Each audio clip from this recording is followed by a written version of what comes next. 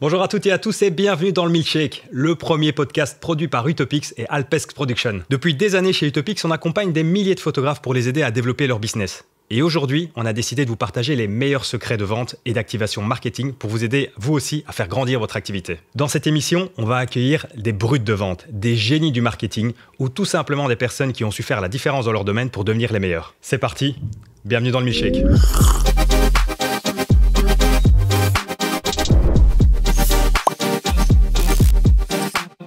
Michael, merci d'être parmi les premiers invités du Milkshake, nouveau podcast. C'était hyper important pour moi et évident de te faire venir aujourd'hui parce que en tant que photographe, alors on y reviendra par après parce que j'ai failli dire photographe professionnel et je sais justement que professionnel est un terme qui pose question quand on te parle de photographie, mais aujourd'hui je te fais venir parce que pour moi tu es un des photographes qui très tôt, très vite a su se démarquer dans le milieu, qu'on sait où il y a beaucoup de concurrence, beaucoup de professionnels. Et quand on voit ton CV, on voit les clients avec lesquels tu travailles, on remarque qu'il y a quand même un certain niveau de prestige avec les clients avec lesquels tu travailles. Tu as su te marketer aussi à ce niveau-là pour que des clients aient envie de travailler avec toi. Et aujourd'hui, chez Utopix, on a énormément de photographes qui justement cherchent à développer leur business, cherchent à développer leur activité, ont besoin de visibilité. Et c'est hyper galère, en tout cas pour la majorité des photographes. Et donc aujourd'hui, je voulais absolument t'avoir pour qu'on découvre un peu tes secrets, savoir ce qui fait la différence. Et quand je préparais cette émission, il y a justement un truc que je trouvais très drôle, c'est qu'à un moment donné, tu dis « j'aimerais qu'on arrête avec le terme photographe professionnel ». Et je crois que c'est comme ça que 90% des photographes aujourd'hui se distinguent. Et souvent, parce qu'il y a ce complexe de concurrence vis-à-vis il y a les amateurs et il y a les professionnels et tout le monde peut être photographe finalement parce qu'il suffit d'acheter un appareil photo. Et donc, pour lancer cette émission, je voulais vraiment commencer là-dessus. Ça me semble hyper intéressant de dire, OK, pour toi, il n'y a pas de photographe professionnel ? Dans la mesure où j'en fais mon métier, je pourrais dire que je suis professionnel. Et je comprends pourquoi ce terme est là aussi, parce que, comme tu dis, chacun est libre d'acheter un appareil photo, encore plus aujourd'hui, parce que je pense que les trucs que tu as pu lire sur Internet datent d'il y a quelques années, et depuis les iPhones sont arrivés, même mes clients shootent aujourd'hui des choses à ma place. C'est-à-dire que c'est pas rare aujourd'hui que je forme mes clients à comment faire des photos, pour qu'eux soient plus libres, par exemple, pour les publications qu'ils veulent faire sur les réseaux sociaux, etc. Mais je pense paradoxalement que ça peut aider d'une certaine manière à se marketer, ou en tout cas, ça peut nous libérer d'une partie du travail qu'on ne veut pas faire. Concrètement, moi j'ai l'habitude de dire, on y viendra sans doute par la suite, mais que mon travail n'est pas du tout destiné à aller sur les réseaux sociaux. Et c'est paradoxal quand on est photographe, parce qu'aujourd'hui, on s'imagine que c'est l'utilisation principale des photos. Et bien sûr, mes photos se retrouvent aussi sur les réseaux sociaux, mais de base, elles ont vocation à être sur du papier. Et donc, très tôt, j'ai pris le pli de me dire, je ne veux pas savoir vers où va le marché, ce qu'on attend de moi, etc. Ce que moi, je considère comme étant de la vraie photo, si on veut, entre guillemets, c'est de la photo qui sera imprimée sur papier. Et donc, ça s'approche plus de quelque chose de l'ordre de l'art ou de quelque chose de plus plastique, en fait, que du reportage. Mais donc, du coup, mon approche a toujours été de dire, si mon image se retrouve sur un papier, elle a une certaine valeur, et tout ce qui m'éloigne du papier, je vais devoir trouver des manières de le contourner. Par exemple, je le disais, j'ai pu former certains clients, je pense à un pâtissier par exemple, qui a vocation à terme de faire un livre. Son but, c'est de faire un livre, et donc ça m'intéresse évidemment comme projet. Mais au jour le jour, il a des besoins en images qui vont de la story à faire jusque des posts Instagram ou des choses comme ça. C'est hyper intéressant ce que tu dis là déjà. Tu ne penses pas que les photographes, la première réaction qu'ils auraient quand tu dis ça, c'est en train de tuer le métier, en fait, t'apprends notre métier à d'autres personnes. Ouais. C'est clairement le premier raisonnement que va avoir un photographe et qu'on a déjà eu. T'en penses quoi de ça ? Je pense que quoi qu'on fasse, le métier technique est voué à disparaître. Et c'est de plus en plus le cas. Je pense notamment aux intelligences artificielles aujourd'hui, qui est un sujet sur lequel je me renseigne énormément. Je pense que si on voit le métier de photographe comme un métier de technicien ou d'opérateur, on ne se rend pas compte. Si on croit qu'on peut protéger ça, on ne se rend pas compte des transformations qui ont lieu actuellement. Et donc, je pense qu'il faut obligatoirement repenser son métier comme un travail d'artiste, au sens où on conçoit un projet en amont, et un travail plastique, c'est-à-dire le résultat qui nous intéresse. Est-ce qu'on veut le mettre sur papier ? Ces questions-là sont intéressantes, c'est-à-dire l'amont et l'aval de la photographie. Et pour moi, la photographie en tant que telle, l'acte de prendre une photo, il a vocation à disparaître par définition. Et si c'est pas par nos clients, ce sera par la technique, ce sera par l'intelligence artificielle ou par les drones. Enfin, si on se projette dans 5 ans, pour moi, les images déjà telles qu'on les connaît aujourd'hui, elles vont être changées complètement. Elles vont être totalement factices et ça peut faire peur évidemment, mais je pense qu'elles seront même de l'intelligence artificielle qui crée des images de toutes pièces. Et du coup, aujourd'hui, par exemple, je m'intéresse au domaine de l'intelligence artificielle. J'essaye de voir comment c'est utilisable dans ma pratique, qu'est-ce que je peux faire avec ça, plutôt que d'en avoir peur. Mais c'est pareil avec mes clients, en fait. Que je le veuille ou pas, mes clients, ils auront un iPhone, ils auront la volonté de limiter le budget qu'ils consacrent à la photo. Donc, si je ne suis pas là pour accompagner ce mouvement se fera sans moi. Et donc, tu as raison de dire que d'une certaine manière, je tue le métier. Il va se tuer par lui-même. Enfin, il est voué de toute manière à disparaître. Pour moi, c'est un peu le même genre de révolution que le jour où le digital est apparu et que des gens se sont arc-boutés sur leur monopole de métier et de dire non, mais vous n'êtes pas... Et d'ailleurs, le métier photographe professionnel est un peu apparu aussi avec ça, pour distinguer les amateurs et les professionnels. Oui. Je pense que c'est un faux débat, en fait. C'est-à-dire qu'on est à sa place par la pratique qu'on met en place et pas par un monopole ou par une technique qu'on maîtriserait et qu'on refuserait de donner aux autres, quoi. Si je comprends bien, c'est quand même une vision qui me semble hyper réaliste mais trash. Est-ce que ça veut dire que tous les photographes aujourd'hui qui sont seulement techniques sans être spécialement des créatifs sont voués à plus exercer ce métier? On pense quoi de tous les photographes de mariage qui font juste du reportage de mariage classique? C'est des métiers qui vont disparaître ou qui vont évoluer? Évidemment, j'ai pas de boule de cristal, mais ce que je remarque en tout cas, c'est qu'il y a 2 mouvements paradoxaux pour l'instant dans le marché de la photo.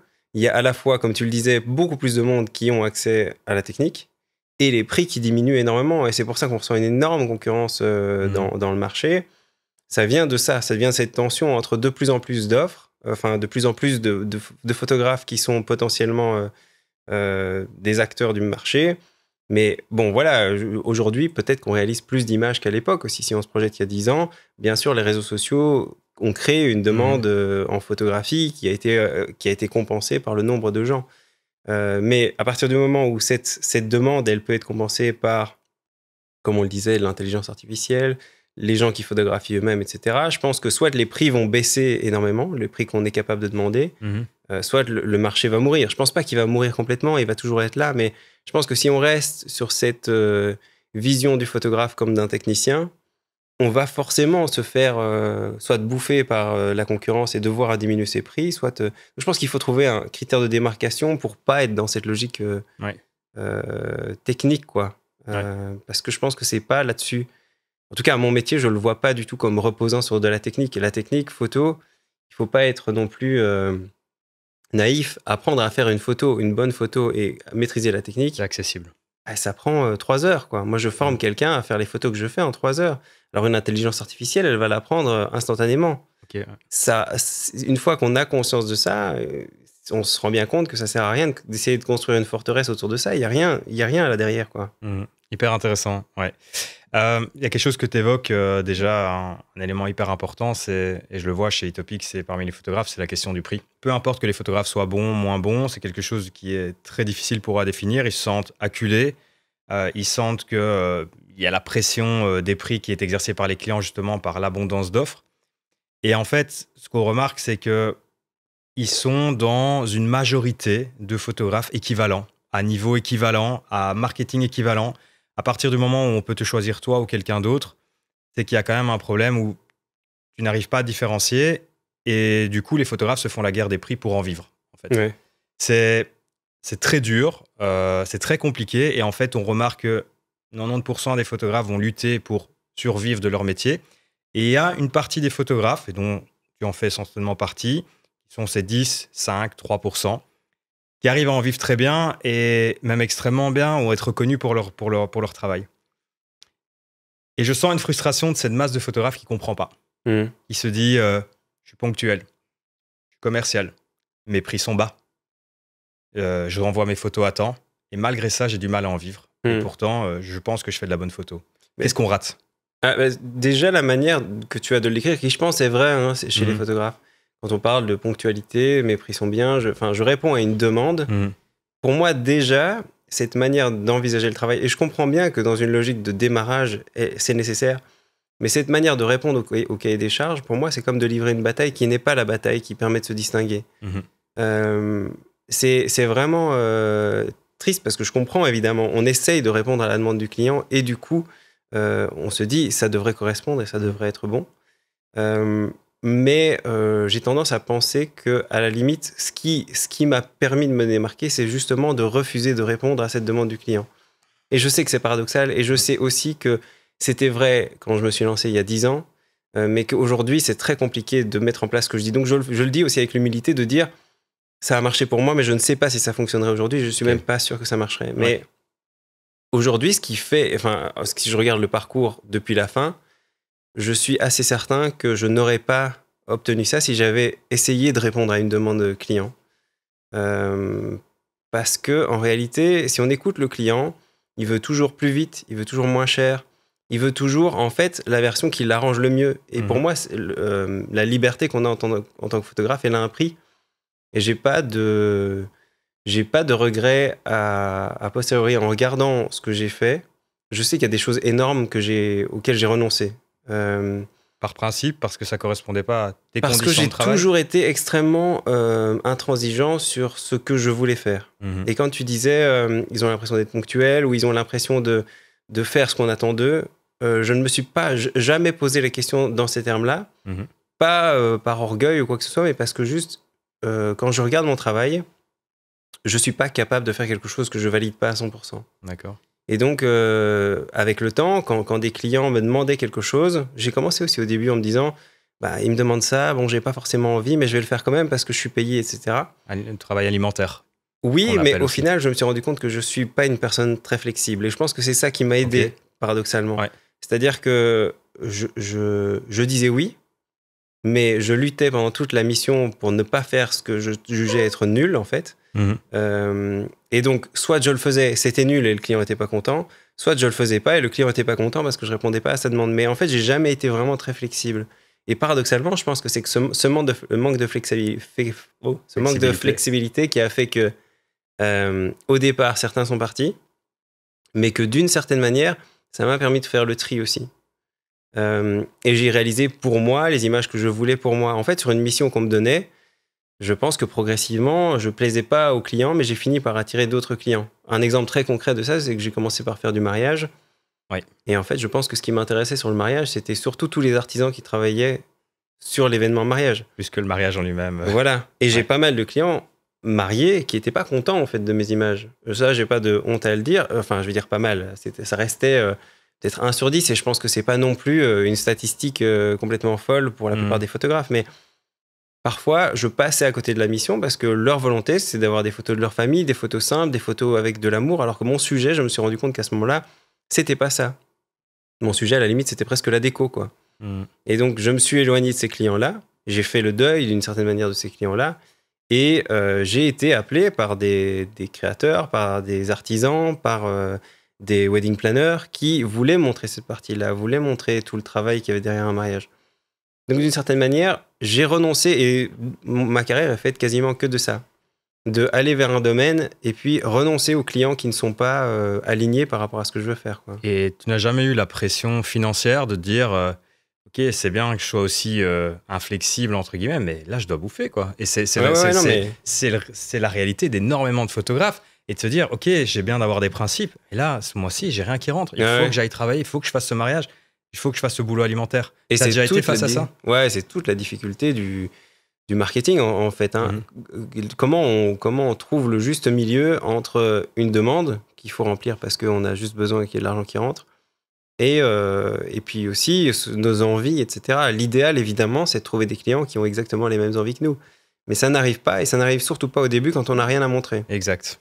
Et donc, bon, évidemment, comme tu le disais, hein, moi j'ai commencé à une période où j'étais encore chez mes parents, et je pense que ça m'a donné cette liberté-là. De pouvoir dire non et de pouvoir choisir. Ouais, mais c'est aussi un métier de transition, donc il y a beaucoup de gens qui font un autre métier et puis qui deviennent photographes.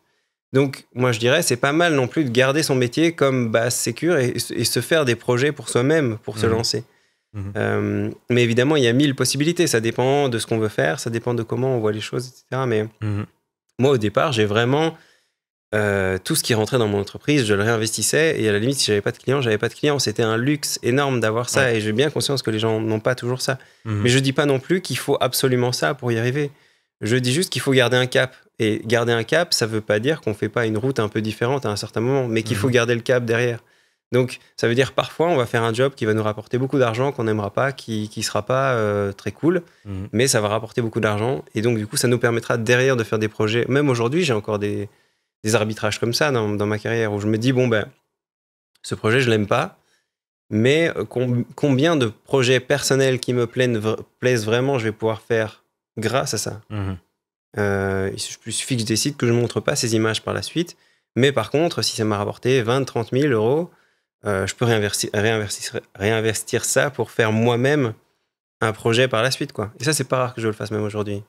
Et tu sais, il y a aussi une grande question avec les photographes qui se lancent et qui démarrent. Et moi, j'ai un avis assez tranché là-dessus. C'est travailler gratuitement en échange de visibilité. Alors moi, mon principe en tant qu'expert de vente, en tout cas passionné de la vente, c'est de ne jamais rien faire gratuitement. Ça veut dire de toujours demander quelque chose, même si c'est pas beaucoup, mais il faut toujours valoriser son travail, sinon on se dévalorise soi-même, etc., etc. Maintenant, beaucoup de photographes cèdent à la tentation du « ça te fera un portfolio, j'ai besoin de photos ». Qu'est-ce qu'on fait dans ce cas-là? Qu'est-ce que tu recommandes dans ce cas-là? Ça t'est déjà arrivé de travailler gratuitement pour des choses qui te faisaient vraiment plaisir? Tu le vois comment? Ça m'est déjà même arrivé de travailler en payant. En payant, je vais expliciter ça plus en détail. Ouais. Mais je pense que la question, elle est tranchée, et je pense que je partage totalement ton avis. Elle est tranchée dans mon esprit, mais en général, parce que dans toutes les formations que je donne, c'est une question qui revient souvent. Ouais. De comment est-ce qu'on gère ce truc-là. Il faut quand même qu'on arrive à se faire voir, il faut quand même qu'on arrive à faire nos propres projets. Sinon, forcément, on n'aura jamais de demande. Donc, c'est une question intéressante, et je pense qu'on a tendance aussi à culpabiliser les photographes, un peu avec l'argument que tu utilisais tout à l'heure. Tu casses le marché en travaillant gratuitement. Et je pense que c'est l'approche que j'avais au début, de dire aussi aux photographes, ben ouais, mais non, mais si tu bosses gratuitement, en fait, tu casses le marché, et puis tu pourras pas te vendre par la suite parce que les gens auront été habitués au gratuit. Tu seras la personne qui travaille gratuitement en échange de visibilité. Ouais. Bon. Moi, je pense qu'il faut revenir à la base de ce qu'est une transaction commerciale, c'est-à-dire, je te donne quelque chose et en contrepartie, tu me donnes quelque chose. Ouais. Donc, je te suis là-dessus, il faut que la personne en face donne quelque chose. Et d'ailleurs, c'est pas rare, comme tu le disais, que j'ai coaché des photographes qui se retrouvaient dans une situation où ils devaient bosser gratuitement, ils voulaient bosser par exemple pour des chefs. Et donc, je leur disais, essayez de trouver un chef qui a besoin d'images pour te faire un portfolio. Et je pense en particulier à un photographe que j'ai coaché qui m'a dit, voilà, j'ai réussi à avoir un contact avec un chef, je vais bosser pour lui le 15 février, disons, peu importe. Et en fait, il avait pris rendez-vous avec ce chef. Et finalement, le jour du shoot, le chef n'avait pas le temps, ça s'est pas fait, etc. Et c'est un peu parce que pour la raison que tu décris, c'est-à-dire, il n'y a pas d'engagement de son côté, et même le temps qu'il donne... Le travail n'est pas valorisé. Voilà, c'est ça. Et même le temps qu'il donne, lui, en fait, a une certaine valeur. Absolument. Et donc, j'ai réfléchi à ce cas quand j'avais coaché ce photographe. Et je me suis dit, en fait, il n'y a pas qu'une seule manière de donner de sa personne. Il y a ce qu'on donne en argent, ce qu'on donne en temps, et ce qu'on donne en art, si on veut. Enfin, voilà. Ouais. Et donc, j'ai réfléchi à cette idée, etc. Et puis, je me suis posé la question, en fait, c'est comme si dans mon esprit, il y avait 3 sphères. La sphère financière dans ton entreprise, la sphère artistique et la sphère humaine. Et tu peux donner de chacune de ces sphères-là et tu peux prendre de chacune de ces sphères-là. Donc, que tu travailles pour un client et qu'il ne te donne rien financièrement, c'est pas grave pour moi. Ouais. Du moment qu'il te donne humainement, c'est-à-dire du temps qui va t'accorder, une transaction n'est pas forcément financière. Voilà, c'est ça. Et qui te donne aussi artistiquement. C'est-à-dire que si un projet est intéressant humainement parce que les gens sont cool ou parce que ça m'ouvre un réseau super intéressant, et que artistiquement, ça va me faire un portfolio qui va me permettre d'attirer d'autres clients par la suite, j'estime que je suis déjà payé. J'ai pas besoin de recevoir de l'argent. Mais je suis payé d'une autre manière. Par contre, là où je te suis totalement, c'est qu'aujourd'hui, la plupart des marques, ou en tout cas la plupart des clients potentiels, viennent nous voir avec une promesse de visibilité. Pour moi, la visibilité n'est jamais un objectif en soi. Parce que ça n'entre pas dans ces catégories-là. La visibilité, c'est juste du vent, c'est un truc qu'on nous vend et qui n'a rien à voir. Il n'y a pas de garantie de résultat derrière non plus. Voilà, c'est ça. Si ça t'ouvre un réseau, il faut que ce soit un réseau ciblé. Donc, la visibilité, si c'est pour être vu par 150 000 personnes, mais qui ne sont pas dans ma cible, ça n'a aucun intérêt. j'ai l'habitude de dire que je travaille pas pour la gloire, c'est-à-dire que je travaille pas pour que mon nom soit vu partout. Je travaille pour que mon nom soit vu et que mon travail surtout soit vu par des gens qui potentiellement sont intéressés par ce que je fais. Et il y en a très peu en fait. Je pars du principe que ce que je fais intéresse peut-être 1% de la population. Et donc, il faut être assez picky aussi là-dessus. C'est-à-dire que si on te promet de la visibilité, quelle est la marque qui va me permettre cette visibilité-là? Quelle est sa cible? Est-ce que ça me correspond? Oui, la visibilité peut être intéressante, mais seulement à certaines conditions. Et je dirais qu'aujourd'hui, quasiment tous mes clients, d'ailleurs je publie quasiment rien sur Instagram, quasiment tous mes clients viennent d'un réseau en direct. Il n'y a pas cette logique de visibilité, elle n'existe pas dans mon travail. Et à la limite, je pense qu'elle déprécierait mon travail s'il était trop visible. C'est-à-dire que je garde volontairement une grande partie de mon travail caché. Même le résultat, il est caché. Et je ne le montre que de manière confidentielle à mes clients potentiels, à des gens qualifiés pour les convaincre de faire des photos avec eux. Ça fait partie de ta stratégie? Aussi de cette notion un peu de rareté de Michael Ferrier, de son travail est tellement précieux qu'il est caché, montré seulement aux personnes qui le méritent. C'est une volonté? C'est réfléchi? C'est réfléchi dans la mesure où ça correspond, comme je disais tout à l'heure, à une intention. C'est-à-dire que pour moi, mon travail, il est forcément, par définition, mieux vu s'il est vu sur papier. Donc ça impose forcément que, pour moi, le format d'Instagram, la taille des images, ça ne rend pas justice à mon travail. Et donc ça n'est pas le meilleur support pour mon travail. C'est pas une volonté de rareté, c'est une volonté de qualité, en fait. Et dans tout le process, c'est ça qui est premier.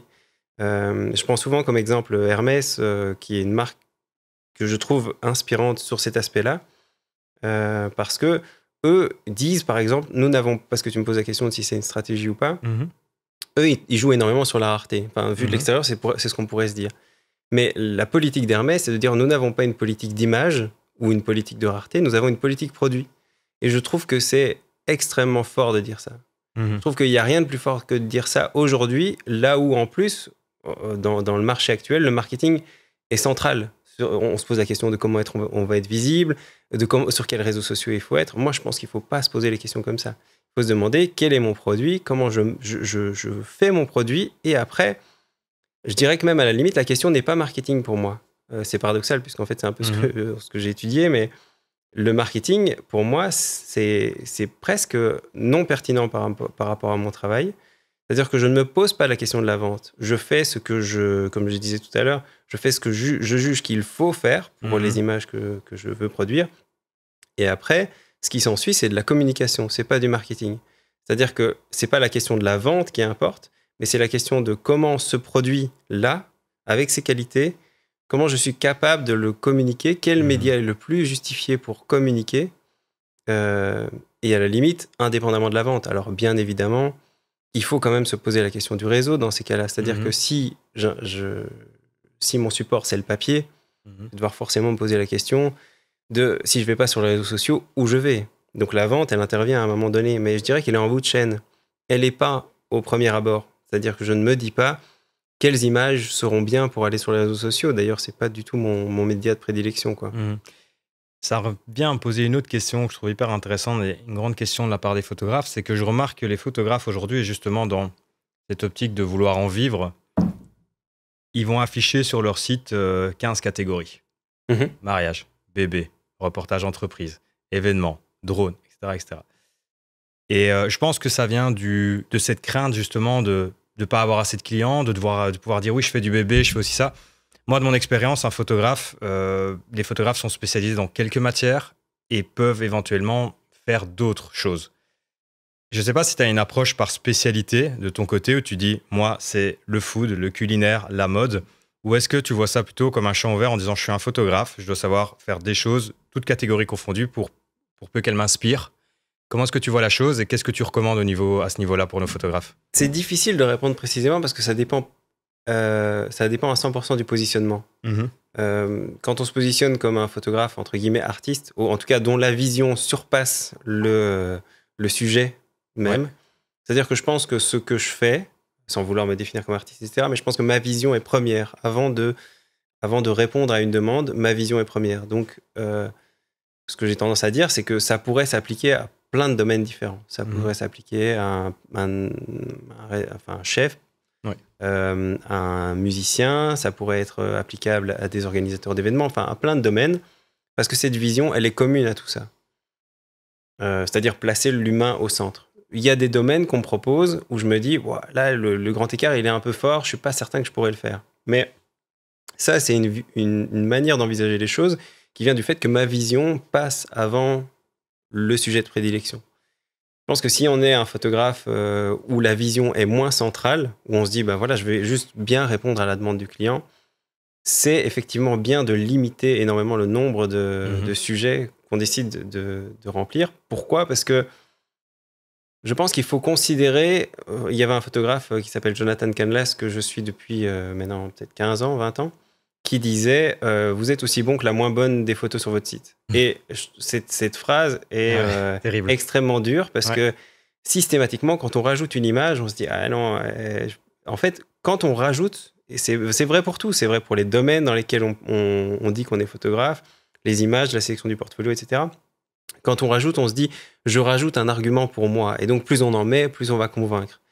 Moi, je pense que c'est l'inverse. Il faut plutôt avoir la logique du sculpteur plutôt que la logique du peintre, c'est-à-dire plus on enlève de la matière, plus l'objectif est clair. Et donc, j'aurais tendance à enlever. Un photographe qui est que food, il va attirer extrêmement fortement les clients potentiels dans ce domaine-là. Et donc, je pense que plus on enlève de la matière, un peu comme un sculpteur, plus ce qu'on veut montrer sera évident et sera clair. C'est un peu ma stratégie, c'est la stratégie du spécialiste. Je pense que des entreprises veulent en tout cas s'offrir les services de quelqu'un plutôt de spécialiser en une matière pour résoudre un problème bien précis que dans toutes les matières. Je prends l'exemple très simple du généraliste et du cardiologue. Quand on a un problème au cœur, on préfère voir un cardiologue. Et c'est quelque chose qui est difficile à passer parce qu'il y a toujours de nouveau cette peur de manquer des choses ou de devoir dire non à des clients. Mais on ne se pose pas la question dans l'autre sens, c'est-à-dire combien de clients sont partis parce qu'ils n'ont pas été suffisamment convaincus parce qu'on faisait un peu de tout. Et c'est pareil sur les prix, tu disais tout à l'heure, oui, mais bon, parfois, il faut accepter des jobs parce qu'on a besoin de manger, etc. Paradoxalement, et c'est justement, je pense, dur à entendre pour des photographes qui ont du mal à faire valoir certains prix. Aujourd'hui, je pense que la plupart des missions que je loupe viennent du fait que je ne suis pas assez cher. Et j'ai eu énormément de difficultés à m'en rendre compte. Mais il y a des missions où je n'ai pas été pris et j'ai demandé d'avoir un feedback. Et en fait, j'étais en concurrence avec 2-3 photographes et ils étaient plus chers que moi et ça a rassuré le client.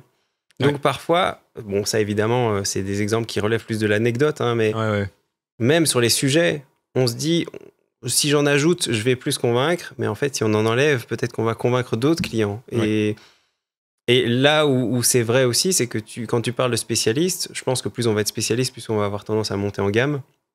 Ce qui est un effet positif, mais on peut aussi avoir la volonté de rester généraliste. Dans les formations que je donne, j'ai des photographes qui m'ont dit non, moi je suis bien avec mes prix un peu moyenne gamme et ça me va très bien, j'en vis très bien. Et j'adore passer d'un sujet à l'autre, ça me va très bien.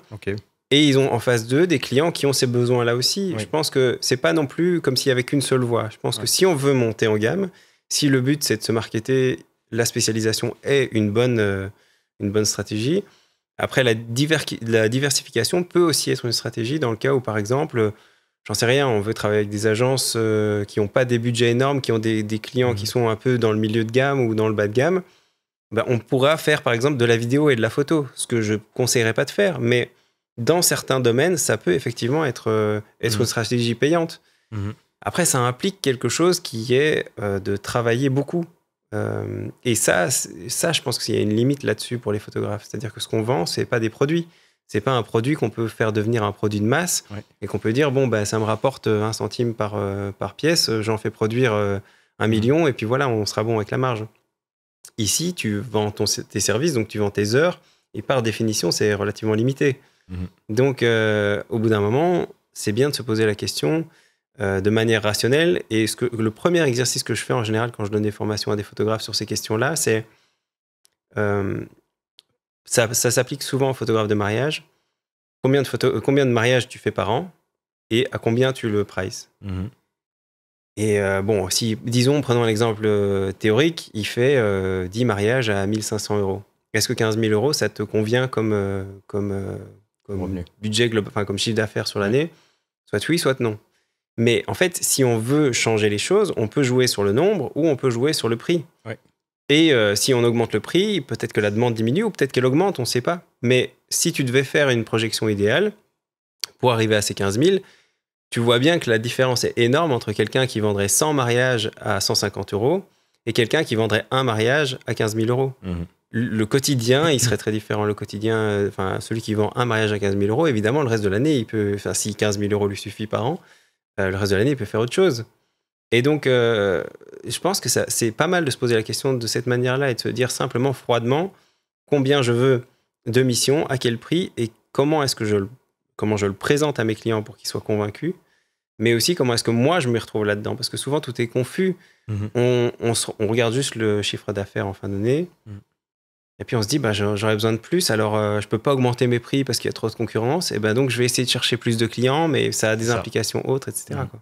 Ouais, absolument. Donc c'est pas évident de trancher cette question, et surtout, il y a un truc que j'essaye de faire dans mes formations, c'est éviter de donner des conseils, parce que et c'est pour ça que j'aime bien ce format de conversation, parce qu'en réalité, toutes les choses que j'ai faites, une partie d'entre elles ont réussi par chance. Tu ne pourrais pas les répliquer à tout le monde et qu'ils feraient les mêmes choses, mais ils oui. n'y arriveraient pas. Et puis quand moi je l'ai fait, c'était peut-être il y a 4 ans, il y a 5 ans, et le marché a peut-être totalement changé. Ouais. Donc ça n'a de valeur que pour moi dans mon cas. Et après, évidemment, les autres peuvent l'entendre et se dire, je vais essayer et peut-être que ça marchera. Mais le nombre de fois aussi où j'ai conseillé quelque chose qui a marché pour moi et que ça n'a pas marché pour quelqu'un d'autre, ça peut être aussi une question de personnalité ou de feeling avec les gens. Il y a des tas de choses, il y a des tas de variables et c'est difficile de donner un réel conseil sur ces questions-là, quoi. J'aimerais revenir aussi, Mickaël, sur ton parcours, qui, je pense, influence quand même le photographe que tu es aujourd'hui. Psychologie, communication. Je pense que tous les photographes n'ont pas ce background. Ils en ont d'autres. Mais j'ai quand même l'impression que dans l'approche que tu as aujourd'hui, qui est la place de l'humain dans ta photo, la psychologie qu'il y a dans tes photos, j'ai l'impression que ça a quand même orienté ta carrière de photographe. Alors, ma question, c'était, est-ce que tu as fait des études de psychologie et de com en te disant, je vais être photographe et je vais utiliser ça comme une arme qui va me différencier et qui va me permettre de faire de la meilleure photo? Ou en fait, la photo, finalement, tu étais parti dans autre chose et la photo est arrivée. Ça s'est passé comment? En fait, je pense que comme pour tout, je me suis pas posé la question de la finalité. C'est-à-dire que dès le départ, dès que j'ai commencé à étudier la psycho, c'était très clair dans mon esprit que je voulais pas être psy. Ok. Et à la limite, j'ai commencé parce que je savais pas quoi faire. Je me rappelle d'ailleurs très bien de cette période, quand j'avais 18 ans, quand tout le monde sortait de... Tu faisais pas encore de photos alors, à ce moment-là? Non, pas du tout. D'accord. Mais j'ai toujours été attiré par le dessin ou les choses, quelque chose d'artistique. En tout cas, ça m'a toujours plu. Et puis, je pense que vers la fin de mes études, vers 18 ans, j'ai été intéressé par des sujets comme la psycho ou les sciences humaines. Et donc, je me suis dit, je sais pas ce que je veux faire de ma vie. Mon père était graphiste, donc je pense que ça m'a un peu immunisé du fait... Paradoxalement, j'ai pas voulu devenir ça. Je pense que si mon père n'avait pas été graphiste, c'est sans doute ce que j'aurais fait. Ok. Mais donc, du coup, je me suis dit, non, on va pas vers ce domaine-là, parce que je voyais aussi comme mon père galérait. Mon père était... un ouvrier avec une vie normale, mais on n'avait pas des moyens énormes, etc. Et je voulais pas surtout ces horaires, etc. Donc en fait, je me suis dit, non, je vais plutôt aller vers un métier plus intellectuel, ou en tout cas plus vers des études intellectuelles, parce que c'était clair que je voulais pas être psy. Et puis en fait, quand je suis arrivé au moment où ça devenait concret, c'est-à-dire commencer à faire des stages et tout ça, j'ai arrêté. J'aurais bien aimé, je pense, être doctorant, mais je pense que j'avais envie d'autre chose. Et à ce moment-là, j'ai commencé la photo. Donc, tout seul? J'ai commencé la photo tout seul, ouais. J'ai commencé par un mariage dans ma famille, un peu comme ça. À une époque aussi, c'était en 2007. Donc à une époque aussi où genre les appareils photo commençaient à se démocratiser. On rencontrait des photographes sur des mariages qui le faisaient un peu et qui disaient ouais non c'est trop bien, j'ai fait 300 € sur ma journée. Et que moi je me disais waouh 300 € sur la journée c'est dingue. Donc je pense que je me suis dit moi je vais commencer à faire un peu de la photo. Et puis l'IEX est arrivé et ça a combiné un peu les deux, un peu de sciences humaines et un peu de technique. Une école de communication à Bruxelles. Et donc, du coup, j'ai fait ça. Et pareil, en fait, quand il s'agit d'aller en stage, etc., j'ai arrêté. Bon, concours de circonstances, je suis tombé malade aussi. Et puis, il y a aussi le fait que je travaillais déjà, en fait, concrètement. Ouais. Et donc, j'avais mon entreprise et je pouvais pas m'arrêter 6 mois pour faire le stage. Ouais, j'ai posé la question à l'école de si je pouvais faire un stage dans ma propre boîte. Ouais. Donc, être mon propre stagiaire, mais c'était pas possible. Ok, pas mal. Compréhensible. Mais du coup, c'était impossible. Déjà rien que pour une question de chiffres. Parce que je m'étais arrêté de travailler pendant 6 mois pour maladie grave. Je revenais à l'école. Il aurait fallu que je m'arrête de travailler 6 mois. Donc, je me suis dit, bon, bah, je continue à bosser. Et je pense que je finirai pas mon cursus. Et en fait, j'ai pas fini mon cursus en psycho. Et j'ai pas fini mon cursus. Ça t'a jamais fait peur de dire j'arrête, ma boîte fonctionne pour l'instant, on verra bien demain, j'ai pas de diplôme. Ça t'a jamais effrayé? Tu t'es jamais posé la question? Je pense que je me suis très vite rendu compte que dans mon métier, il y avait pas de. Enfin, bon, j'aurais pu. Mon métier aurait pu s'écrouler, tu vois. Je me pose encore la question aujourd'hui, mais je me suis rendu compte que le diplôme n'avait pas vraiment cette valeur. Enfin, je veux dire, on n'est pas des médecins ou des avocats qui ont besoin de ce diplôme. L'accès à la profession, il était assez libre. Et donc, ça a été une chance. Et en fait, concrètement, la demande, elle était déjà là. Donc, en fait, ça me faisait. C'est pas que ça me faisait pas peur, mais ça me faisait plus peur de tout arrêter pour des études et d'avoir le diplôme, mais d'avoir plus de boulot derrière, quoi. Donc c'était un choix entre deux peurs dont une était plus importante que l'autre. Mais donc voilà, c'est arrivé progressivement. Et je dirais que quand c'était, ça devait être quelle année, 2013, un truc comme ça, 2013-2014, j'étais à l'IEX et il fallait que je prenne la décision. Le chiffre d'affaires, à ce moment-là, il était déjà suffisamment conséquent pour que je puisse en vivre. Et puis voilà, donc ça s'est fait un peu naturellement, ce qui n'est pas le cas de la plupart des gens, surtout s'ils se lancent aujourd'hui. Et j'ai bien conscience de ça. Tu avais ce confort de dire je peux lâcher, j'ai des revenus, j'ai des clients et je peux enchaîner, quoi. Et après, il y avait aussi le fait qu'à l'époque, moi j'avais 25 ans. Comme je le disais, je revenais de maladie grave, donc j'étais encore chez mes parents.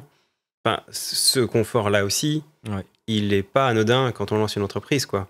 Pendant, je dirais, 5-6 ans, j'ai pu me permettre de réinvestir tout ce qui rentrait dans mon activité. Tout mon temps, toute mon énergie, tout mon portfolio, tout était consacré à ça, quoi. Donc ça, c'est un luxe qu'on n'a pas toujours, quoi. Et donc, je dirais que quelqu'un qui se lance maintenant et qui n'a pas ce luxe-là, la question centrale qu'il doit se poser, c'est comment il se crée cet espace-là.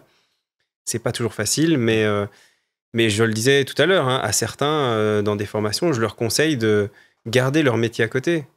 Ou de passer, enfin, tu vois, d'avoir un à côté qui rapporte un peu d'argent, etc. Mais en même temps, tu peux pas te consacrer complètement à ton projet de photographe non plus. Donc, c'est vraiment un truc qu'il faut arbitrer soi-même, quoi. Tu te souviens de ton premier gros client? Ouais. C'était qui? C'était une agence, vraiment pas un coup de bol, mais en fait... Il en faut, hein. Un peu aussi dans la carrière, Mais donc ça, c'était il y a... Attends, je vais essayer de me rappeler quelle date c'était. Que j'allais citer après le nom de tes clients actuels. Bon, il y en a des très chouettes, mais je voulais savoir si tu te souvenais de ton premier grand nom. Bah, en fait, en gros, j'ai toujours fait des photos pour ma famille ou pour les gens un peu autour de moi. Et un jour, j'ai reçu un appel d'une agence qui s'appelle TBWA, mais qui est une très grosse agence qui gère des gros clients. Et du coup, d'un coup, j'ai eu accès à un gros client avec un gros cahier des charges aussi, et avec une négociation qui m'a obligé à monter aussi et se renseigner sur les droits, sur comment est-ce qu'on se défend à ce niveau-là, etc. Donc des implications qui étaient nouvelles aussi. Ça m'a formé directement et surtout, ça m'a donné un capital de départ qui m'a permis aussi de me lancer. Mais TBWA, c'est quand même... Allez, c'est une agence quand même importante. C'est pas une petite agence qui... Ils t'ont repéré comment? Sur Internet? Sur bouche à oreille? Tu t'en souviens? Je faisais à l'époque des photos pour mon oncle qui faisait un triathlon avec un but caritatif. Et une directrice artistique de chez TBWA était sur le triathlon, a rencontré mon oncle, ils ont discuté de comment les images avaient été faites. C'est toujours un hasard un peu comme ça. C'est pour ça que je dis, c'est très difficile de généraliser ce genre de choses, c'est vraiment un hasard complet, quoi. Il y a un élément qui est hyper important, j'aimerais discuter avec toi pour avoir ton point de vue, tu viens de l'évoquer, ça m'a poussé à me renseigner un peu sur les droits, etc. Le droit d'auteur. Aujourd'hui, franchement, je crois que plus de 95-98% des photographes ne facturent plus de droits d'auteur. Ou ils les facturent pour des raisons, on va dire, plutôt légales. Mais je veux dire, ne font pas payer des cessions de droits comme on l'entendrait avec les droits d'utilisation, etc. Tout simplement parce qu'ils disent, si je facture ça, je suis mort. La concurrence va m'écraser au niveau des prix. Et donc, en fait, c'est devenu un petit peu une zone de non-droit avec, je le remarque aussi, des excès terribles au niveau des clients. Ça veut dire que le client aujourd'hui vient en disant « Moi, je veux j'ai tous les droits sur les photos. Et ça devient même banalisant pour les photographes où ils disent bah oui, j'ai pas le choix, vous avez bien tous les droits, sinon j'ai pas le projet. Et ça vient vraiment avec une pression de dire bah, soit vous nous donnez tous les droits, soit on ne travaille pas avec vous. Et on a ce droit d'auteur qui est en péril de manière exceptionnelle. Toi qui d'autant plus fais de la photo, on va dire, très artistique, en tout cas qui recherche ce côté artistique-là, ça se passe comment Est-ce que tu penses qu'aujourd'hui les photographes doivent encore faire valoir ce droit-là? Est-ce que tu penses qu'il est totalement désuet? Parce que quand on regarde aussi parfois les prix indicatifs que peuvent donner la SOFAM et autres, parfois c'est délirant aussi pour certaines photos, et donc ça ne met pas en confiance, ça ne tient plus compte de la réalité. On a l'impression que ça a été publié il y a 15 ans et que ça n'a plus été changé. Je voulais avoir ton avis là-dessus, parce que nos photographes sont perdus, complètement perdus là-dessus. Ouais. Et j'ai un avis assez tranché sur cette question-là, parce que, comme je le disais, ce qui est au centre de mon travail, c'est l'image au sens noble du terme, c'est-à-dire imprimée, et donc qui la rapproche de l'art. Et donc pour moi, la notion de droit, elle intervient même avant la question de la photo elle-même. C'est-à-dire que c'est le travail créatif que je mets au service du client qui doit être payé, et donc il doit être payé sous forme de droit avant tout. Je dirais que, dépendant des années, mais les droits d'auteur, ça représente une grosse partie de ma rémunération, ou en tout cas du chiffre d'affaires de l'entreprise. Et c'est pas anodin. Je pense que c'est quelque chose, évidemment, que la plupart des clients, s'ils peuvent ne pas payer les droits, ils seront contents de ne pas devoir payer les droits. Mais pour moi, si on a un point de vue un peu marxiste de la question, enfin voilà, c'est peut-être un peu extrême, mais ce que je veux dire, c'est que pour moi, évidemment que les gens qui payent, donc les gens qui ont le capital, ils achètent quelque chose et ils essayent d'obtenir un maximum. Notre rôle, je pense, en tant qu'artiste, c'est de défendre ce qu'on a comme capital, c'est-à-dire notre savoir-faire, notre art, et ça passe par la défense des droits. Et donc, évidemment, c'est une lutte. Je ne rappellerai pas l'idéologie de Marx, c'est que c'est une lutte, évidemment, et qu'il faut avoir des armes de son côté. Évidemment, quand on n'a pas de clients, quand c'est compliqué, et la situation que tu décris empêche d'avoir cette force de négociation. Mais il m'est arrivé très régulièrement, enfin, il m'arrive encore aujourd'hui très régulièrement, de défendre mes droits d'auteur en particulier, de manière relativement musclée. C'est-à-dire que le droit, il est du côté du photographe. Le droit, il est du côté de l'auteur. Prêt à le défendre, quitte à perdre un projet. Ah, mais ça m'est arrivé. Moi, je sais que cette liberté-là, elle a un coût, quoi. J'ai perdu des clients parce que, et c'est pas un conseil que je donne, chacun doit arbitrer ça pour lui-même, hein, mais même des très gros clients qui ne comprenaient pas qu'ils devaient payer des droits. Et la discussion, en fait, elle s'arrête à ce moment-là, parce que pour moi, l'image, elle m'appartient par définition, et le droit le définit comme ça. Si évidemment c'est négocié en amont, parce que ça peut intervenir aussi plus tard dans la discussion. La réalité des droits d'auteur, c'est que souvent, de bonne foi, les clients ne connaissent pas. Et donc, moi, j'ai pas de problème à leur donner l'information que les droits d'auteur, ça existe. Et que si je ne leur fais pas de licence, ils ont beau avoir payé le shoot, ils peuvent pas utiliser les images. Donc, c'est pas une négociation qui se passe comme ça, mais souvent, je pense que de bonne foi, le client ne le sait pas. Et donc, je lui dis, vous aurez une partie du shoot qui sera facturée en droit d'auteur, simplement parce que si je ne le fais pas, vous ne pourriez pas utiliser les images. Oui, il n'y a pas de licence. Donc voilà, mais j'ai bien conscience que ma situation et les clients que j'ai me permettent de faire ça, et que c'est pas toujours le cas. Mais pour moi, le droit d'auteur est une chose qui est centrale aussi dans mon travail, parce que je pense que aussi le client que j'ai en face devrait valoriser cette chose-là. Et c'est aussi pour ça que je prends Hermès souvent comme exemple. Ils mettent le savoir-faire au centre de leur vision de marque, au point qu'ils estiment qu'ils achètent un travail d'artiste. Par exemple, ce qu'ils mettent sur les carrés, c'est un travail d'artiste qu'ils achètent, et ils le valorisent à ce titre-là. Ils sont fiers de... Enfin, je veux dire, évidemment, c'est embelli, c'est idéalisé, etc. Mais je préfère une marque qui dit...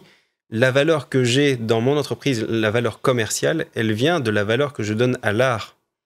Et je pense que ça devrait être une fierté pour les marques, pour les clients, d'avoir acheté quelque chose d'artistique. Alors évidemment, le droit d'auteur, en principe, pour un photographe, c'est si son travail a valeur artistique, ce qui veut dire un point de vue original, etc. C'est ce que j'allais dire. Est-ce que, tu vois, ça s'applique à tout? Est-ce qu'un mariage est considéré comme une œuvre artistique, tu vois? C'est toujours la limite. Je pense que ça dépend du photographe. Ça dépend de ce qu'il fait. Et je pense que certains photographes sont des artistes. De photographes font de l'alimentaire en mariage. C'est tout le temps la même chose, et tu vois. Ouais. Et du coup, ce serait pas logique que... Si le photographe est plus un photographe au reportage, il n'y a pas vraiment de raison, sauf s'il y met une patte artistique et qu'il a un point de vue original, etc. Ouais. Mais dans mon travail, ça a toujours été central parce que, en fait, aussi parce que j'ai une logique de travail d'auteur, au sens où je travaille peut-être un cinquième du temps. C'est-à-dire que je fais peu de projets, des gros projets, et le reste du temps, je réfléchis à des projets personnels et donc, c'est comme un auteur qui passe des mois à écrire et puis son livre sort. Il y a vraiment ces 2 temps. L'inspiration fait à peu près 4/5 de mon temps et 1/5, c'est de la production. Et donc, par définition, c'est plus un travail d'auteur. Je pense que ça, c'est vraiment un truc à arbitrer pour chacun. Si on travaille tous les jours et qu'on shoot tous les jours du reportage, la part d'auteur, elle est plus restreinte aussi, quoi. Mais en tout cas, c'est sûr que dans tous mes shoots, tout ce que je fais, il y a une partie d'auteur. Tu les défends. Et je pense que c'est primordial, dans mon cas, de les défendre, quoi. Ouais. Bah oui, et quand on voit un peu citer quelques-uns de tes clients, donc Hermès, donc tu nommes quand même régulièrement, Warner Music, on a des grosses agences comme Profirst, TBWA. Et alors aussi, tu es aussi connu pour être proche de Stromae, en tout cas, son photographe, en tout cas, sur, j'imagine, ses concerts, ses publicités. Je ne sais pas quel est le champ de ton... J'ai beaucoup fait les coulisses pour eux, sur la tournée précédente. Maintenant, ils travaillent avec une autre photographe. Et puis, on a fait la dernière pochette. Je dis « on » parce que, pour le coup, comme c'était un projet énorme, on a travaillé en équipe. Donc, le projet m'a été confié. Et puis, j'ai réparti les différentes compétences parce qu'il fallait produire un set, il fallait réfléchir plus largement que juste une photo. Alors, comment on arrive à Stromae? Comment est-ce que Stromae arrive à se dire « je veux Michael ». Comment t'es arrivé là, finalement? C'est un peu la question que tout le monde doit se poser. C'est chouette. Stromae, c'est une fierté. C'est très artistique. C'est chaque fois qu'il y a quelque chose qui sort, c'est propre, c'est épuré, c'est créatif. T'as été la bonne personne à un moment donné pour eux. Comment ça s'est fait? Quel match il y a eu? Et à quel moment tu t'es dit aussi « je vais matcher à ce projet ». Ça me correspond, je peux apporter quelque chose. Je pense que, comme ce que je décrivais tout à l'heure, c'est un hasard et un moment qui est difficile à décrire et qui est difficile à créer, en fait. Ce qui s'est passé concrètement, c'est que c'était à l'époque de... quelle était cette musique? Celle où il va t'en formidable. Non, mais formidable. Quand il y a eu ce truc, on se rappelle plus vraiment très bien comment ça s'était passé, mais il y avait eu ce premier teaser où on le voyait un peu bourré avenue Louise. Et c'était les gens qui avaient filmé avec leurs appareils. Ça a fait grand bruit, hein, c'était génial comme action. Ouais. Et donc ça, à ce moment-là, moi je me suis dit, parce qu'il y a eu un temps entre ces gens qui avaient filmé eux-mêmes et qui les mettaient sur les réseaux sociaux et la révélation que c'était le tournage du clip. Et donc dans ce temps de 1 semaine où tout le monde disait il est vraiment au fond du seau, etc. Je sais plus si c'était précisément à ce moment-là ou autour de cette période-là, mais en tout cas, moi, j'avais capté qu'il y avait du fond. À l'époque, chez Stromae, Stromae avait quand même un public très jeune. Et aussi, c'était vraiment de la musique aussi dansante. Ce qui a un travers, c'est que la musique dansante, on lui donne pas beaucoup de fond en général. Et en creusant un peu, que ça soit visuellement, je trouvais qu'il y avait beaucoup de fond dans les patterns, dans le mix de wax et d'art déco ou d'art nouveau très belge. Je trouvais qu'il y avait quelque chose à défendre visuellement qui n'était pas fait, quoi. En amenant plus d'humains dans les images, etc. Et puis du coup, j'ai sollicité les équipes en disant, voilà... Tu les as démarchés, c'est toi qui as été vers eux alors? Ouais, je sais plus comment ça s'est passé parce que finalement, à Bruxelles, tu connais toujours un pote d'un pote qui connaît Stromae. Donc j'imagine que voilà, ça s'est fait un peu des 2 côtés, mais en tout cas, j'ai présenté un projet et avec un portfolio qui était essentiellement dans la mode. Parce que j'avais travaillé pour... à l'époque, j'avais pas énormément de clients, mais j'avais travaillé pour une maison de couture. Et j'avais été pendant 1 semaine dans les ateliers avant la Fashion Week. Oui. Et donc, eux, à ce moment-là, ils lançaient leur marque de mode. Donc, il y avait un croisement de différentes choses qui ont fait qu'il y a eu la connexion à ce moment-là. Moi, je pensais avoir des choses à dire et j'avais un portfolio qui était cohérent par rapport à ça, puisqu'eux lançaient une marque de mode et que j'avais un peu d'expérience dans ce domaine-là. Et donc, j'ai présenté un projet. Et puis, on a commencé à travailler ensemble sur ce qu'on appelle une résidence sur la tournée Racine Carrée. Donc, ça veut dire 1 semaine où tout le monde est ensemble pour répéter la tournée. Et donc, ça, évidemment, c'était un peu comme... C'était la réplication, enfin, c'était la réplique exacte de ce que j'avais fait en mode appliqué à la préparation d'une tournée, quoi. Et puis, j'ai fait ça et puis, du coup, j'ai enchaîné sur d'autres choses. Et ça a duré 4-5 ans. Et puis ça s'est terminé avec la pochette de l'album suivant. Et du coup, c'était un peu comme une boucle qui se bouclait. Aujourd'hui, je pense que je travaille essentiellement pour des artistes. Et voilà, maintenant, plus même des artistes peintres. Et à la limite, je pense qu'il y a une forme de projection. C'est-à-dire que ces métiers que j'aurais voulu faire et que j'ai pas fait, comme je le disais, parce que sans doute parce que mon père était graphiste aujourd'hui, photographie des peintres, des musiciens, et j'adore en fait rentrer dans l'univers de ces personnes et comprendre un peu les obsessions qu'ils ont et comment est-ce qu'ils travaillent. Voilà. Ok, et une dernière grosse thématique que j'aimerais aborder avec toi, c'est la thématique de la formation. Tu en as parlé déjà, et je pense que c'est une raison aussi pour laquelle je pense que c'était important que tu sois là aujourd'hui, c'est que toi, tu formes des photographes. Tu les formes techniquement, commercialement. Comment est-ce que ça se passe? Et qu'est-ce que tu penses que tu leur apportes aujourd'hui? Sur quel format tu leur apportes? J'entends rarement des gens qui forment des photographes. Et je pense que tu as beaucoup à leur apporter. Puisque pour moi, l'un des plus gros problèmes des photographes, c'est savoir se vendre, savoir valoriser son travail. Je pense que c'est pour ça que beaucoup viennent chez Utopix aussi, parce qu'ils ont du mal à trouver des clients. Toi, tu les formes justement. Comment ça se passe, une formation avec toi? Déjà, j'évacue directement la question de la technique. Pas par choix, à la limite, c'est même pas moi qui ai défini ça, c'est que les photographes qui viennent chez moi, techniquement, ils savent utiliser leur appareil. Ouais. Le problème qu'ils rencontrent, c'est effectivement je sais faire des photos, je fais des bonnes photos, même à la limite, je suis dans une vitesse de croisière, quoi. J'ai mes clients et tout va bien.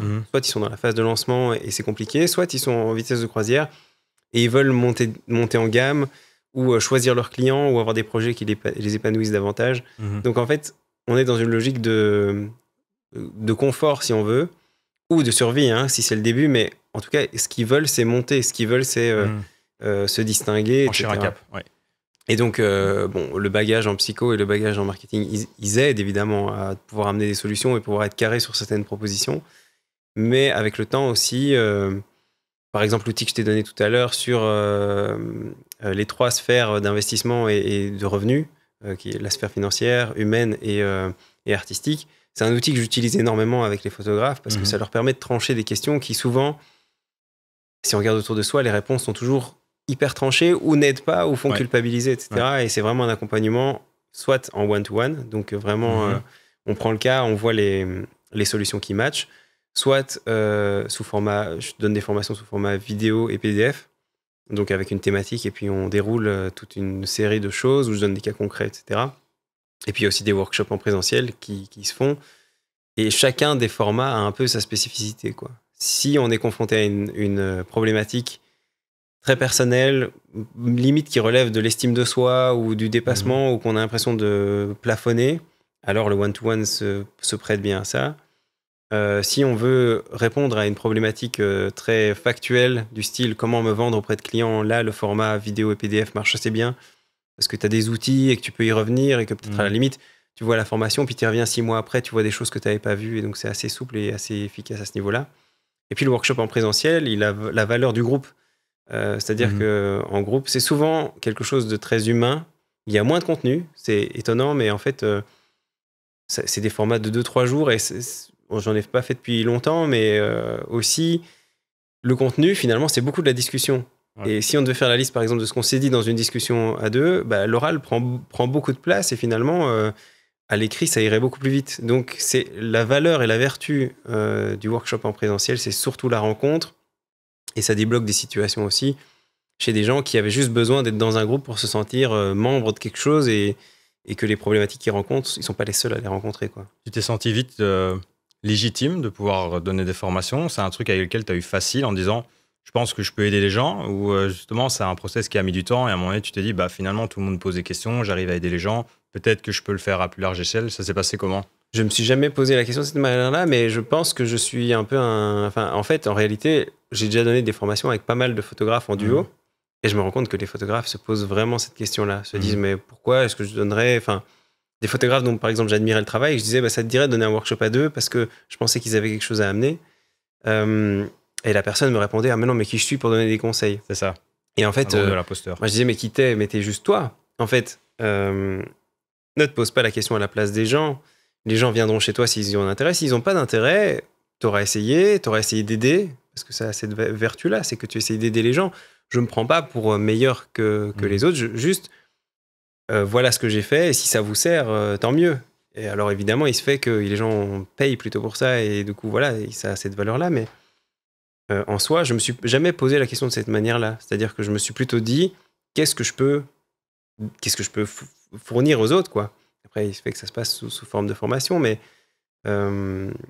voilà, je n'ai jamais ressenti cette chose-là de se poser la question de la légitimité. En tout cas, pas sur ce volet-là, quoi. Mais c'est une question que, même de manière plus large dans mon travail, je ne me pose pas trop. C'est-à-dire que je remarque même sur les formations que les photographes qui arrivent, quand je leur dis bah voilà, on est en groupe de 10, c'est un groupe safe, donc allez-y, on peut faire des erreurs. Bon, il y en a un qui commence à shooter, on est avec un couple par exemple, il y en a un qui commence à shooter, montrez-moi comment vous shootez, je vous donnerai des astuces que moi j'utilise, etc. Et je me rends compte que personne ne veut s'avancer en général. Personne ne le fait parce qu'ils ont peur du regard des autres. Même sur un mariage, ils ont peur aussi quand ils sont dans l'allée centrale et qu'ils font des photos de la mariée qui rentre, ils se disent « Ouais, mais il y a tous les invités qui me regardent. Si je fais une connerie, s'il y en a un qui voit un peu que je ne maîtrise pas tellement mon appareil photo, etc. » Moi, je ne me pose pas la question de cette manière-là. Je sais pas pourquoi, hein, je ne me la pose pas parce que d'une certaine manière, autour de moi, je me rends compte que les gens se demandent.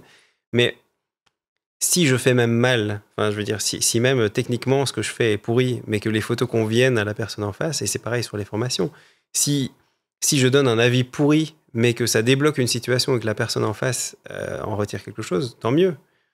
Mais voilà, après, c'est chacun. Je pense que c'est pour ça que 90% des photographes sont dans la masse. Finalement, ont tous globalement pratiquement la même chose, le même style de photo, parce qu'on s'inspire d'autres photographes qui sont dans la moyenne aussi. Et en fait, quand on regarde 10 photographes de mariage, c'est rare d'avoir des gens... Alors, il y a différents niveaux, mais globalement, on va retrouver les mêmes angles, les mêmes façons de faire, etc. Ouais. Mais d'ailleurs, je rebondis juste sur ce que tu viens de dire, parce que c'est un point... En discutant tout à l'heure, je me disais que c'était un point intéressant, et puis je l'ai oublié. Il faut absolument arrêter de regarder d'autres photographes. Enfin, je veux dire, je pense que ça, c'est ce qui m'aide aussi. C'est que je regarde assez peu Instagram, et surtout, je m'évite de regarder les photographes, et en particulier dans les domaines où je vais travailler. Alors évidemment, il faut s'inspirer, et c'est pas la question d'être vraiment en vase clos, mais si je vais énormément dans des librairies, voir des livres, à des expos, je m'inspire du monde de l'art, du monde du design. C'est parce que ces choses, en fait, pas par choix, parce que c'est ces choses-là qui me plaisent. À la limite, les images ne m'intéressent pas, ou seulement pour les produire, pas pour les regarder, enfin les photos en tant que telles. Je dirais qu'à regarder, je préfère regarder une peinture que regarder une photo. Mais j'adore produire de la photo, parce que le process de production m'intéresse. Regarder dans le viseur, attendre, tout ça m'intéresse. Mais la regarder m'intéresse assez peu. D'ailleurs, dans mon travail aussi, une fois qu'une image est faite, c'est pas que je l'oublie, mais elle m'intéresse assez peu. Ce qui m'intéresse, c'est le process au-delà de l'image.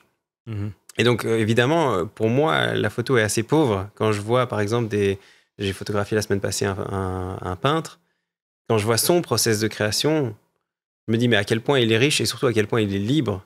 Il n'est pas du tout lié à la réalité. Il peut faire ce qu'il veut. Il peut aller dans tous les sens. Si demain il décide de dessiner dans un style totalement différent, il peut le faire. Donc, moi, je pense qu'un conseil qui peut être applicable assez souvent, c'est ne regardez pas ce que vous voulez produire. Regardez d'autres choses, parce que je pense que c'est la seule manière de produire quelque chose de nouveau. Je suis assez persuadé qu'on est des machines à reproduire ce qu'on a vu. Et donc, si on voit des choses différentes des autres, on va produire des choses différentes des autres. Si on voit les mêmes choses que ce que les autres voient, on va produire les mêmes choses que ce que les autres font. Et c'est un vrai problème. Et c'est tout le problème des réseaux aujourd'hui. C'est que tout le monde voit la même chose, et donc tout le monde produit la même chose. Et c'était pas le cas, je pense, avant les médias de masse, tu vois. Même au niveau mondial, la culture est devenue mondiale, et donc la production est devenue mondiale.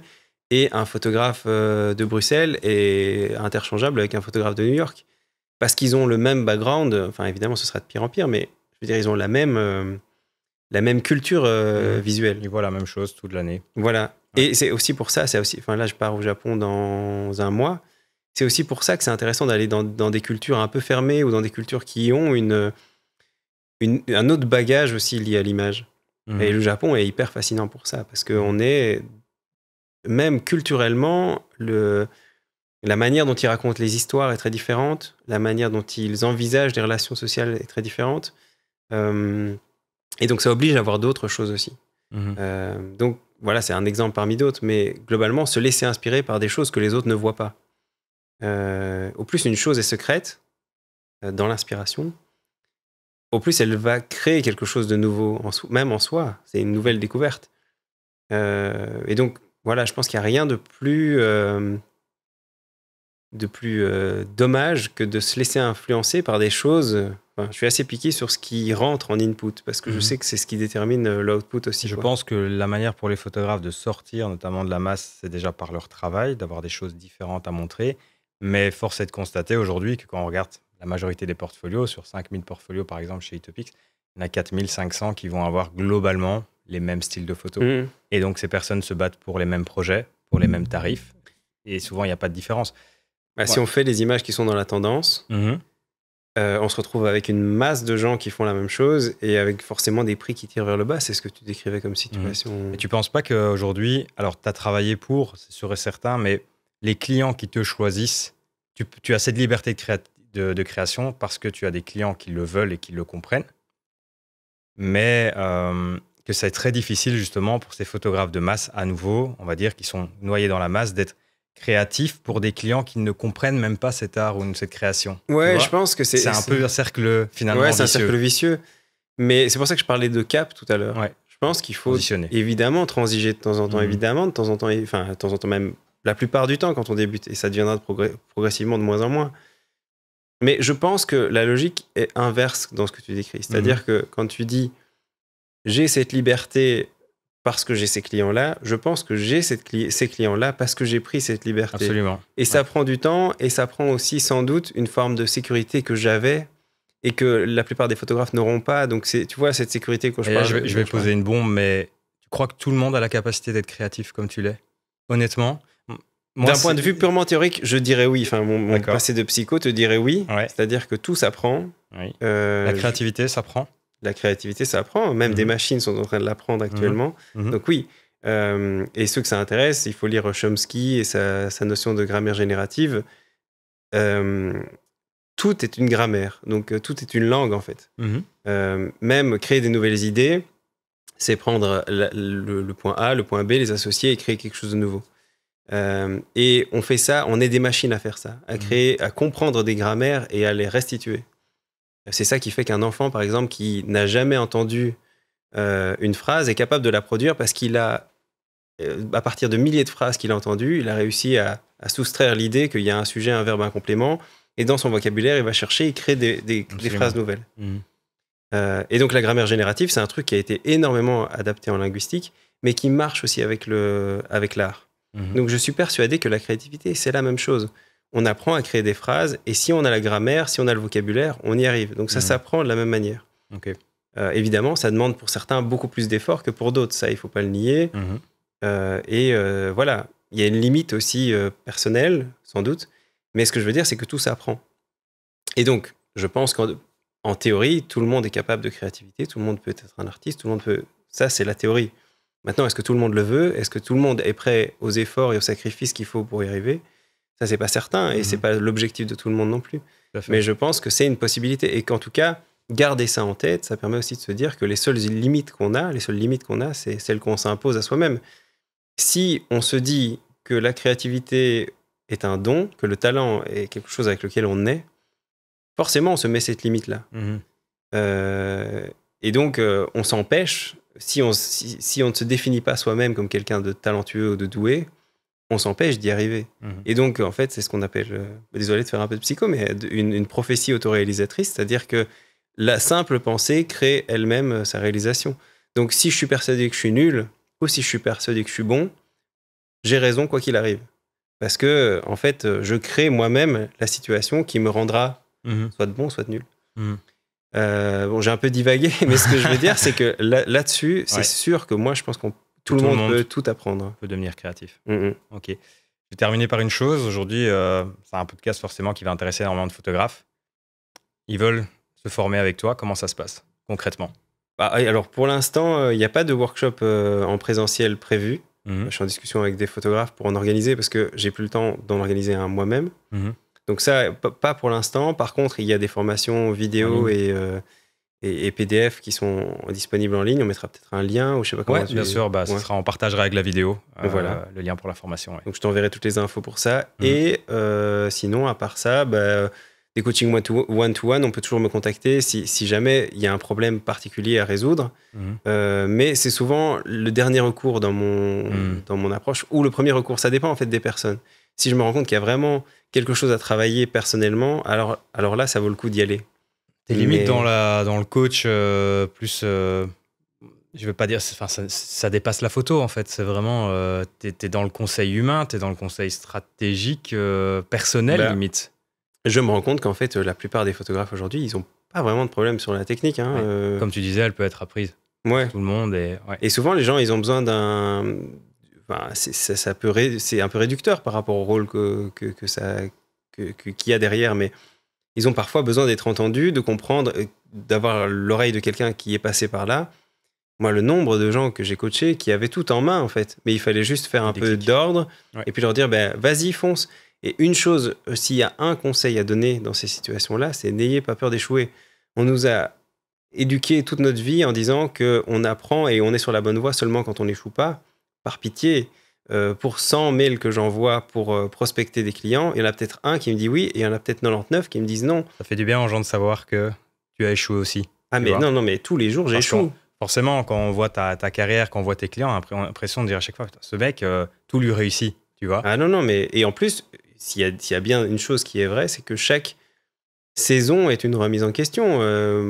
J'ai assez peu de clients aussi, donc il y a des périodes où pendant 3 mois, j'ai rien qui arrive. Ouais. Et je sais pas s'il va y avoir quelque chose derrière.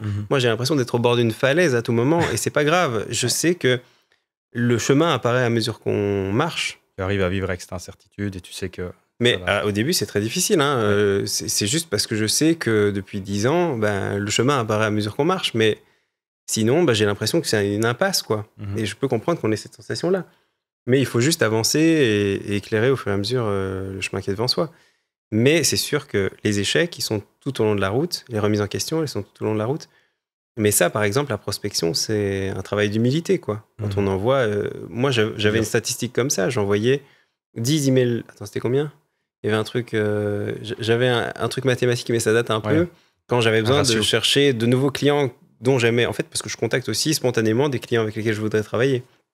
Et donc, j'envoyais 10 emails par jour avec un mail type. Je pense que pour 100 emails envoyés, donc au bout de 10 jours, j'avais 10 réponses. Et pour ces 10 réponses, j'avais un rendez-vous. Ouais. Donc, c'est bien que tu le dises, tu vois, que les gens se rendent compte que la prospection, c'est dur. Oui. Et que c'est normal d'envoyer beaucoup d'emails. C'est normal de recevoir un non. Ouais. Donc, au bout de 100 personnes contactées, si je ne me trompe pas dans les chiffres, j'avais une personne qui était potentiellement intéressée. Et quand je rencontrais 5 personnes, peut-être que j'avais un nouveau client. Ça veut dire que j'aurais dû contacter des centaines de personnes pour avoir un nouveau client. Mais si ce client est hyper qualifié, nous amène des bons résultats, ça vaut le coup de se prendre même 500 noms, quoi, tu vois. Ouais. Et la réalité, et ça, c'est je sais plus qui m'avait donné cette métaphore, mais je trouve qu'elle est assez juste. La route du succès, c'est une route avec des portes à gauche et à droite, comme si on était dans une rue. Et derrière certaines portes, il y a un oui, et derrière une certaine porte, il y a un non. Et comment est-ce que tu sais quelle porte est un oui ? Tu le sais pas. Il faut juste taper à toutes les portes. Faut les ouvrir. Et accepter que de temps en temps, on te dise non, quoi. Donc voilà, c'est un travail d'humilité, mais c'est bien de savoir, et tu as raison d'insister là-dessus, c'est bien de savoir que c'est pas parce que on partage, et en particulier aujourd'hui sur les réseaux sociaux, que des choses qui relèvent du succès, qu'il n'y a que ça. En réalité, il y a 90% de doute pour 10% de réussite, peut-être, j'en sais rien, si on devait mettre des chiffres, quoi. Ouais, c'est bien de le rappeler. Mickaël, on arrive déjà à la fin, déjà 1 heure. Ça y est, comme ça va vite. Bah oui, je sais bien. Mille merci à toi d'être passé dans le Milkshake. C'était super de t'avoir comme invité. Merci, hyper intéressant. On va partager ça forcément à tous nos photographes. On rappellera évidemment ta formation et on invitera tout le monde à aller voir aussi ton travail. En tout cas, les photos que tu as sélectionnées et que tu montres. Tu repasses quand tu veux. Merci. On refera peut-être un nouveau Milkshake plus tard pour continuer à suivre ta carrière. Merci. Et alors, je vais juste terminer par une dernière chose. Mickaël, c'est quoi tes plans à partir de maintenant ? qu'est-ce que tu veux faire en tant que photographe? Est-ce que tu te vois dans 3, 5 ans? C'est quoi ton dernier objectif et on terminera par là? Toujours une question difficile, la projection à 3 ans ou à 5 ans. Ouais. En fait, en réalité, j'espère être capable de faire des choses qui m'épanouissent autant qu'aujourd'hui et d'avoir la liberté que j'ai encore aujourd'hui. Et c'est vraiment central dans mon travail. J'ai jamais d'objectif en projection client, c'est-à-dire que je me pose pas la question de qui seront mes clients. C'est ça, ouais. J'ai toujours été surpris hyper positivement par ce volet-là. Si j'avais dû imaginer il y a 5 ans qui allait être mes clients aujourd'hui, j'aurais sans doute rêvé plus petit que ce que j'ai obtenu. Donc voilà, la seule chose, c'est que je demande à mon métier d'être épanouissant. Et le jour où il le sera plus, je pense que je ferai autre chose, quoi. Okay. Parfait. Merci. Un tout grand merci à toi, Mickaël.